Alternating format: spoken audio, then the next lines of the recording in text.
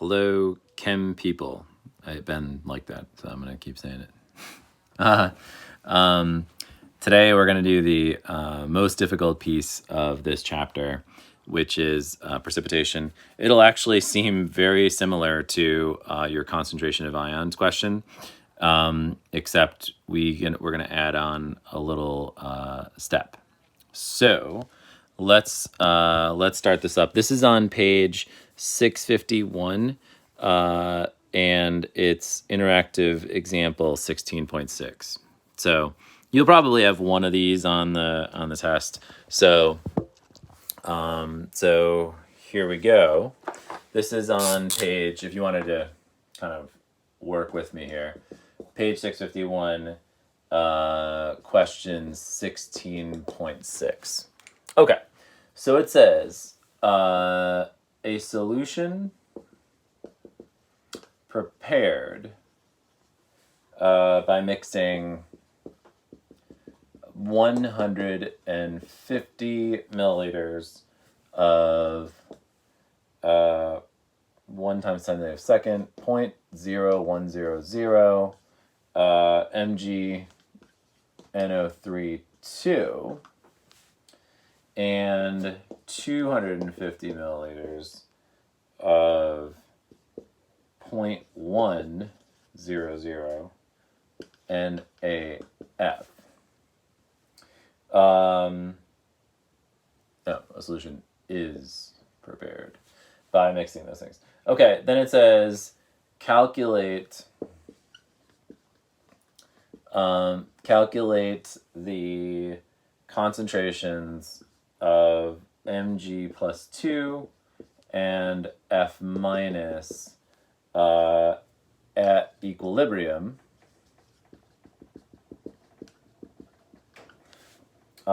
with solid MgF2. Okay, so this first thing that you're seeing here,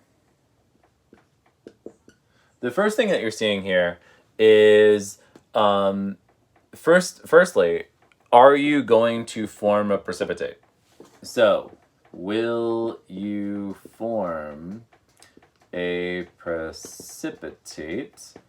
And the answer is, let's find out. So what we're going to do is we have to look for Q versus K, KSP, and see. If Q is greater than KSP, then we do have a precipitate. So we're going to set up our reaction for KSP, which is MgF2, solid water, Mg2 plus Aq plus 2F minus Aq. Our KSP expression is Mg2 plus times F minus squared. And now we have to figure out our initial concentrations of these guys. So, we're going to add together our volumes. So we're going to go, we're just going to go ICE. Our volumes added together is going to be 0.400 liters. And we're just going to need our moles of each thing. So we'll do NaF, MgNO3 2 over here. And so we'll say 0.1 equals X over our initial concentration to find the moles of NaF. So our NaF is going to be 0.0250 moles NaF, which means there are 0.025 moles of F. And that'll give us our initial concentration there. This one is going to be 0.0100 equals X over 0.15. And that's going to get us 0.0015. So Our Q, which we got to check out, is going to be our concentration of Mg, which is going to be 0.00375. So I'm using this here. And then 0.025 divided by 0.4 is 0.0625 squared. Once again, this x over here is 0.0015 moles of MgNO32, which really is just my moles of Mg. Okay, so I plug that in, and I get Q equals 1.5 times 10 to the negative fifth. And so Ksp, where is that? No, I didn't write it down. Okay, Ksp is of MgF2 is 6.4 times 10 to the negative ninth. And so this is a lot bigger than Ksp. So right there and then you can say, all right, this thing's going to this thing is actually going to precipitate. You know, you just go Q is greater than Ksp. 1.5 times 10 to the negative fifth is a lot larger than 6.4 times 10 to the negative ninth. Therefore, precipitate occurs. So now that you should be able to do from yesterday's notes. So this all is from yesterday's notes. Now the hard part is, okay, now we got to take all this stuff and figure out what our concentrations of Mg and F minus are. And this is where it actually looks like the concentration of ions questions. So let's go into that mode. Good review, actually, for the AP, if they ever ask this question. So I am going to keep those moles and that concentration. Okay. All right, so I have to erase some stuff because there's no way I'm going to fit all this stuff in here. So I'm going to get rid of this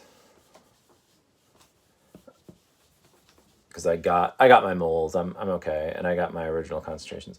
Okay, so now the second step. So this is my first step. My second step is I have to do a limiting reactant to see which one ends up I run out of. Okay, and I'm forming this MgF2. Now you could do this with the MgNO3 too, just like we did before. Like this is literally our NaNO3 plus MgF2. That's our solid. We're going to form an insoluble product. This should remind you of your concentration of ions, because remember we did that. We did a step here, and I'll just write that in here. Concentration of ions, where we find our moles. We find out which one is the limiting reactant. Okay, so we're gonna say. So right now I have 0.0015 moles of MgNO3, and I have 0.025 moles of NaF. So you do the limiting reactant step, and hopefully you remember this is going to be an AQ. So you don't really care so much about the Na and the NO3 because these are our spectator ions. So they don't really participate in the reaction. Really, if we broke it down to our net ionic equation, or our net ionic would be mg plus 2 aq plus 2f minus aq gives us mgf2. Okay, so now what we're going to do is we can just do the limiting reactant with this step, because we don't really care about the they're not asking about the ions of the spectators, they're just asking about these two things. I'm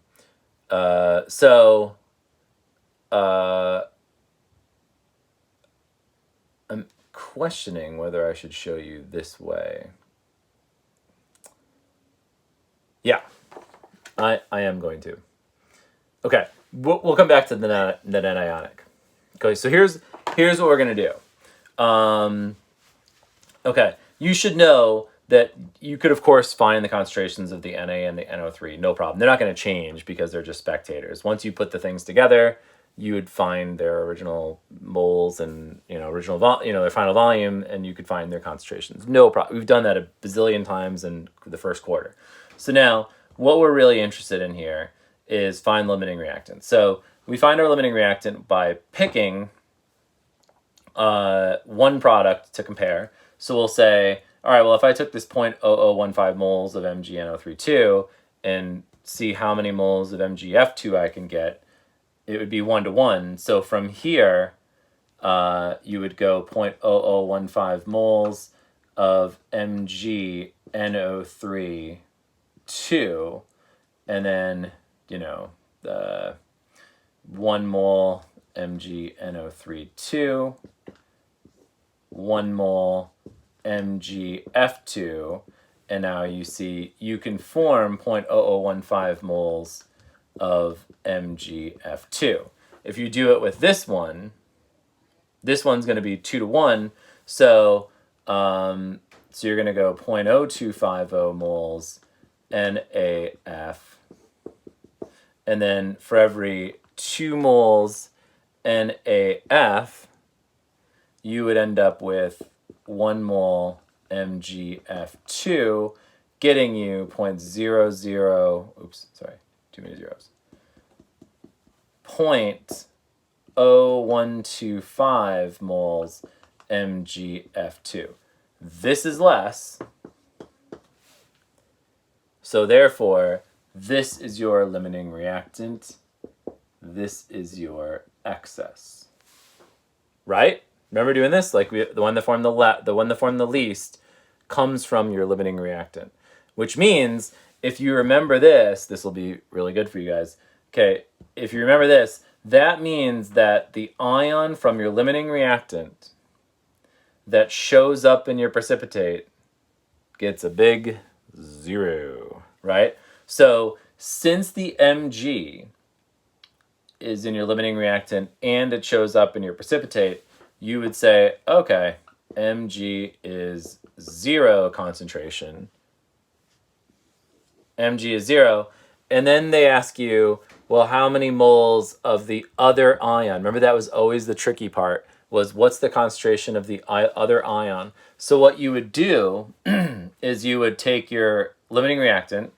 So you'd go take the Lr and say, well, I got 0.0015 moles of MgNO32, and then convert it to moles of your excess. So you'd go for every 1 mole of MgNO32, I have 2 moles NaF, giving me 0.0030 moles NaF, running out of room here, reacted. Can you see that? Okay, I think you can see that. And once you know that, you could then go, how many moles of NaF are left over, really just the F, and you would say 0.0025 moles of NaF original minus 0.0030 moles reacted would give you 0.00, I don't know if I did that right. Sorry, that's 0.025. There we go. 0.025 moles minus 0.0 gives you 0.00 0.022 moles of NaF left over in solution. I don't know if you can you see that okay? In solution? I guess so. Okay, so anyways, so far we now know that our concentration of Mg plus 2 is 0, because that's how many moles would be left over of our limiting reactant. And then technically you have 0.0025 moles of NaF in solution, but really it's the F we're interested in because that's the one that's in the precipitate. The Na is a spectator ion, so the Na is going to be actually the original 0.025. And of course, I did that wrong. It's 0.022. 0.022. That's going to be 0.025. The F is going to be 0.022 in solution. So this you've done. So I'm combining things that you've done before. So we did this yesterday. You did this in the first quarter, believe it or not. You've found out this is the concentration of the limiting reactant that shows up in your precipitate is 0. The one in the excess you have to subtract by doing that little stoichiometry that we used to do. And I think you had to do this on your midterm too. So anyways, right now we have 0.022 moles of NaF and 0 moles of Mg. So really, this is what we're starting with, 0.022 moles of F minus. So you think, okay, are we done? And the answer is no. So this is the big change. The big change is step 3. So step 1, will you form a precipitate? We figured that out. Step 2, find out the limiting reactant and how many moles of excess you have left over. So we got those. Good to go. Forget about the spectator ions. We're just interested in these two. And now, the last part is actually a combination of something we've also did yesterday. So here we go. Okay. I'm just going to leave these two values in here. I'm going to erase that because we did that. And I think I remember the moles. Okay. All right, so here's our last step. I don't even need this, will you, form precipitate, because we did that already. Okay. So our last step is finding what are the equilibrium concentrations of MgF minus. So because we formed a precipitate of MgF2, well, now we know that once we form the precipitate, we can imagine like, okay, now it's going to be in equilibrium with it's the things that make it up, because it always does that. And so we form Mg plus 2 and 2F minus, and we could say the equilibrium expression of this is based on your Ksp, 6.4 times 10 to the negative 9th.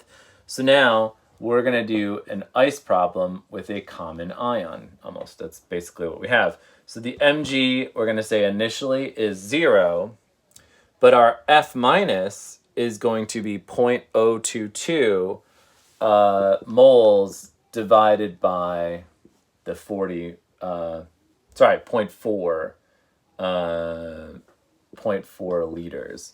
That's going to be your initial concentration of the F minus. So you basically go all the way to the right, figure out what our limiting reactant was, and then we're going to go backwards with the Mg plus 2 and the F minus. Okay, so now the reaction is going to be minus x plus x plus x plus 2x, sorry. Ooh, almost messed up there. Plus 2x. So now I have x, and then 0.022 divided by 4.4 is going to be, that's not right. 0.022 divided by 0.4 is 0.055 plus 2x. And now it's easy. Just do TI-89. Ksp equals mg plus 2 times f minus squared. So it's 6.4 times 10 to the negative 9th equals x times 0.055 plus 2x squared. You throw it in. I mean, of course, you could, eliminate that 2x, and but we'll F2 solve this thing. So we go x times 0.055 plus 2x, close parentheses, squared, equals 6.4 times 10 to the negative 9th, comma, x, close parentheses. I messed up somewhere. What did I do? Oh, got it. Nope. That's wrong. Oh, I see. Okay, hold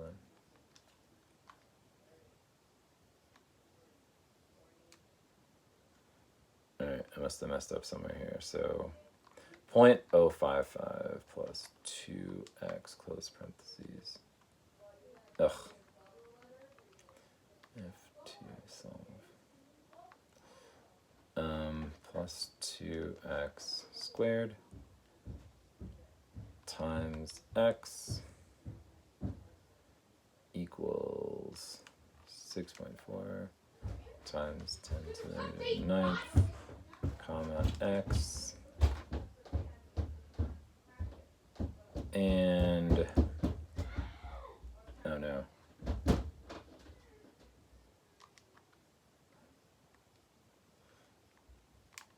Okay. And I get x equals 2.11, I guess 2.12 times 10 to the negative 6th. Okay. And so that means that mg plus 2 is 2.12 times 10 to the negative 6. Let me just confirm that I'm correct here. Should be right. Yeah.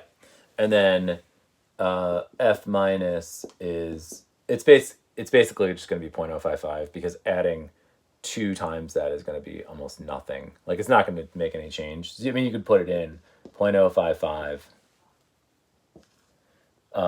plus 2 times 2.12 times 10 to the negative 6. But really, it's going to turn out to be just 0.055. It's such a small adding that's all that's going to happen.